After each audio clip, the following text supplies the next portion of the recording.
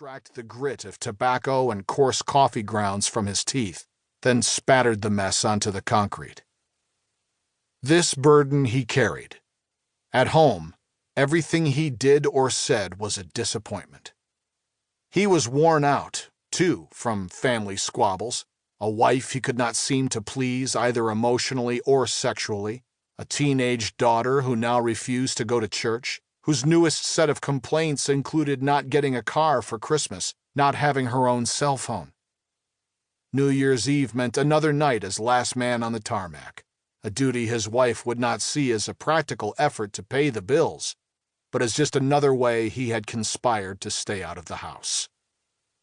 He hoped she could be assuaged with a $9 bottle of champagne, a neck rub, and a pre-midnight arrival home. He was just 4 hours from union-mandated double time, and besides, every conversation at home reminded him how much they needed the money. But his week already included 16 hours of overtime, so his decision to cut corners seemed without consequence.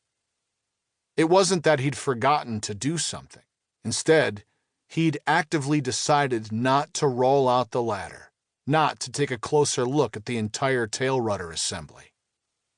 This human gesture, Arnold Bright's inclination toward home and family on the last night of the year, set in motion a series of events with their own unstoppable momentums.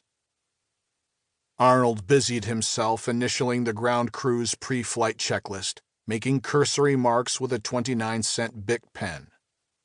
One of tomorrow afternoon's early departures, one of the airline's decades-old workhorses, a 727, was already attached to the jetway at gate B14. He picked up the basic tool of his job, a clipboard, its metal jaw straining to hold the nearly inch-thick pile of recent airworthiness directives and safety bulletins. There was newfound concern about the older 727s, the potential malfunction of a servo control valve that might cause the sudden deflection of the rudder, a known defect that could result in uncontrolled flight into terrain. The airline took these government-issued documents and translated them into new pre-flight inspection procedures. But today's memos, written in the Esperanto of bureaucracy, appeared in commonplace batches of 10 or 12, which made Arnold Bright think none of them was cause for alarm. He ought to have been more attentive. An understandable oversight, one that would no doubt have been corrected if he could only have seen the next afternoon's breaking news.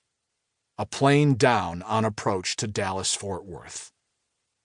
What Arnold Bright would see on television, ranch land scattered with the detritus of wreckage, briefcases, a lone running shoe, the live network feed from a camera stationed at a discreet enough distance to insinuate a burning fuselage, its cyclone of smoke visible over the reporter's right shoulder.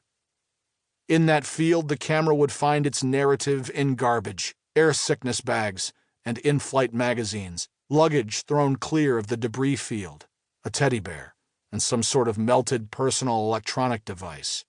A leather portfolio stamped with the name of a property and casualty insurance company, its corporate logotype intact, despite the presence of soot and ash and oozing plastic and blood spatter, the implied presence of human remains.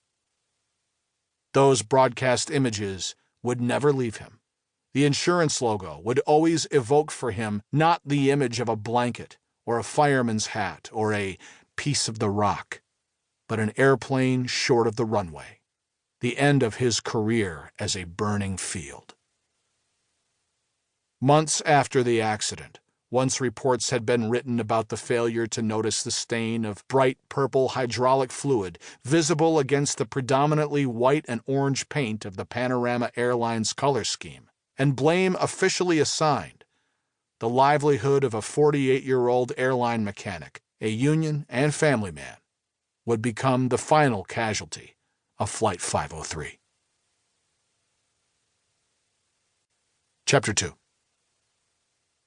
Richard MacMurray, moderately well-known television pundit, part-time gadfly, prized Washington cocktail party guest, owner of more than 100 neckties and a palette of screaming oranges and purples, 42 years old and once...